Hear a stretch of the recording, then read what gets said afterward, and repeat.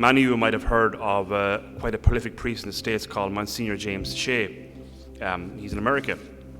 And I think he's beginning to awaken in a sense of any of us who are actually paying attention, the reality that we're in a new apostolic age. That Christendom, as we knew it, that we're used to, is over. And therefore it calls on those of us who believe in Jesus to radically allow the gospel to truly convert our hearts, our minds, and our lives.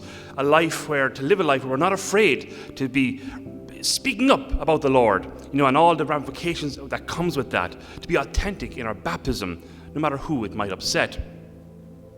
Because Christianity during the first 3 centuries anyway, it was usually in conflict with its surroundings on a constant basis. It was due to the fundamentally new way of living and understanding oneself because of the revelation of Christ and the gospel.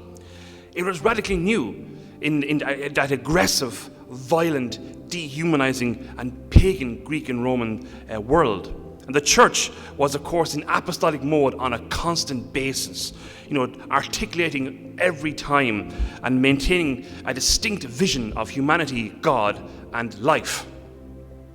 And those who were converted to Christ, you will notice in those early centuries, they didn't just adhere to mere religious laws or religious doctrines. No, it was because they encountered the risen Jesus and a complete conversion of imagination, a way of thinking, a way of seeing everything, a way of living. All was brand new in a very real way. And with that was a deep, deep love for life, to be alive. A whole new vision of human life was poured into that very dehumanizing world at that stage. A hopeful, a joyful vision of human dignity, a vision, like I said, the world never saw before. Now, Pope Francis has repeated a number of times since he's been elected that we are not in an age of change, but a change of ages. Very, very different. And we have to get our heads around this. And I think all of us, friends, we can sense there's something changing, and changing with rapid pace. And there's nothing we can do about it, which is the way it goes. And I'm not talking about simple adaptation of technology, say from the horse and cart to the new Tesla Cybertruck. That's just an adaptation of technology. It's different from that. It's a change of reality almost. That we're now questioning very basic truths assumptions that have been held for millennia. What it means to be a human being. What's a man? What's a woman? Is there such thing as truth? Basic things that people have taken for granted and assumed for millennia. But now we're questioning all of that. It's a different reality, friends, we're entering into.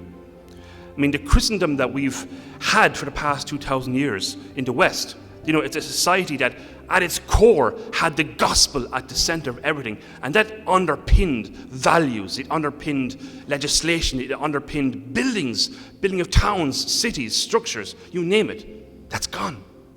It's finished now. It's over. And I think with that, it's been replaced with a policy of pride.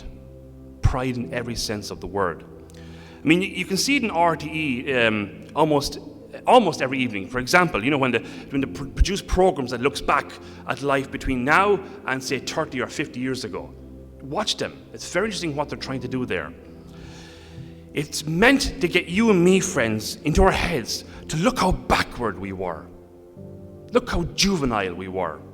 We know better now. We're far more free now. We know better. We're much more intelligent now than we were back then. We can do whatever we want now. Be whoever we want or whatever we want, it seems. So in other words, shake off that backward-looking Christian religion and embrace the new political programs that offer a much better society. The modern, friends, progressive visions of a better society, it sounds so attractive. And it really is so attractive, particularly when we don't use here. It's very attractive. But it has a very dark undertone when you just scratch the surface and think about it for more than 40 seconds.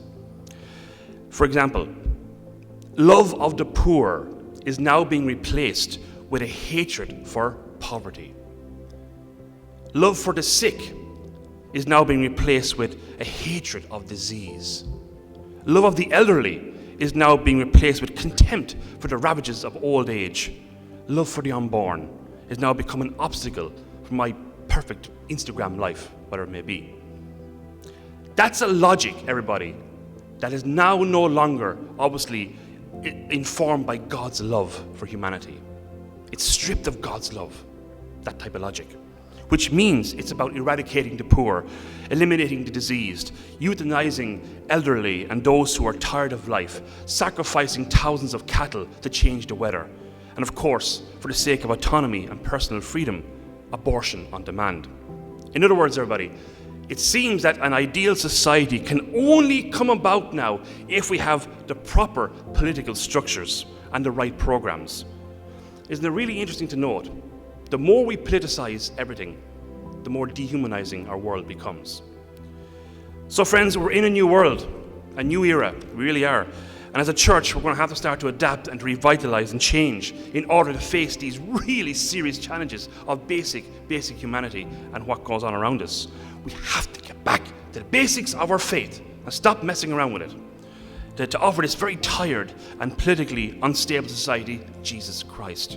The only Savior that you and I have, the only one who can offer you and me, the world, the only path that breaks fear, it breaks hatred, and it breaks revenge, which transforms a pagan culture of death into a culture of life. So friends, for those of you who are very active and involved in the fight for life, don't get demoralized. Do not get demoralized for the fight for life. It's one of the most central pillars of Christianity.